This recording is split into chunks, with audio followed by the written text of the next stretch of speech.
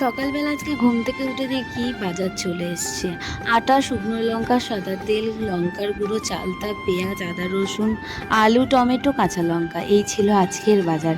বাজারগুলোকে ভালো করে গুছিয়ে রেখে আমি এখানে আটাগুলোকে আগে একটু চেলে নিই। প্রত্যেকবার আমি যখনই আটা দিয়ে কিছু করি অবশ্যই চেলে নিই। কী খাবো সকালবেলায়, কী ব্রেকফাস্ট করা যায় এই ভাবতে ভাবতে আমি এখানে একটা পেঁয়াজ আর দুটো কাঁচা লঙ্কাকে কেটে নিয়েছি। ভাবলাম কী করব তাড়াহুড়োর মধ্যে, আর সেরকম তো কোনো রান্না নেই করার।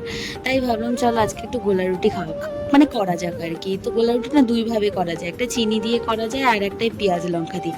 আমার বরাবরই না পেঁয়াজ লঙ্কা দিয়ে খেতে আগাগোড়াই খুব মানে ভালো লাগে আর কি।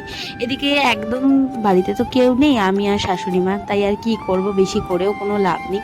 অল্প একটুখানি করে করে নিলাম যেখানে দুজনে মিলে খেতে পারবো। তো এখানে দেখো গোলা রুটিটা পুরো রেডি হয়ে গেছে। মা তার সাথে দুটো তিনটে পটল ভাজা দিয়েছে, এখানে আমি খেয়েও নিয়েছি, বেশ ভালোই ছিল।